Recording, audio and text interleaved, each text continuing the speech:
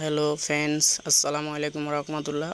Friends, আপনারা ঘরে বসে কিভাবে মেহেদানা এবং কি বরিন্দা তৈরি করে নেবেন আমার থেকে রেসিপিটা একটু শিখে নিন। প্রথমে আমি নিয়ে নিচ্ছি বেসনের পরে আমি অল্প একটু ময়দা মিক্স করে ভালো করে ফেটিয়ে নিচ্ছি। ফেটিয়ে নেওয়ার পরে আমি এখানে পানি দিয়ে এগুলারে ভালো মতে এই ডোটা তৈরি করে নিতেছি। আমার মোটামুটি ডো রেডি।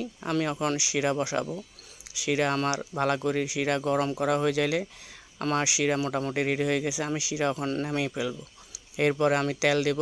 তেল দিয়ে তেলটারে একটু গরম করে আমি এই ডোটা দিয়ে দেব। দেখেন কিভাবে মাশাআল্লাহ দানাটা একদম টুলটুলে ফুলে উঠতেছে।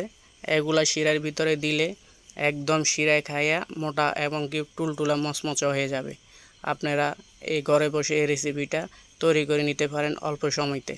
ঠিক আছে, এবারে আমি শিরার থেকে এটা উঠাইয়া আমাদের এই যে ডিশের ভিতরে আমি নিয়ে নিচ্ছি। বন্ধুরা, আপনারা দেখেন, এটা আপনারা চাইলে ঘরে বসে এই রেসিপিটা তৈরি করি আপনারা খেতে পারেন।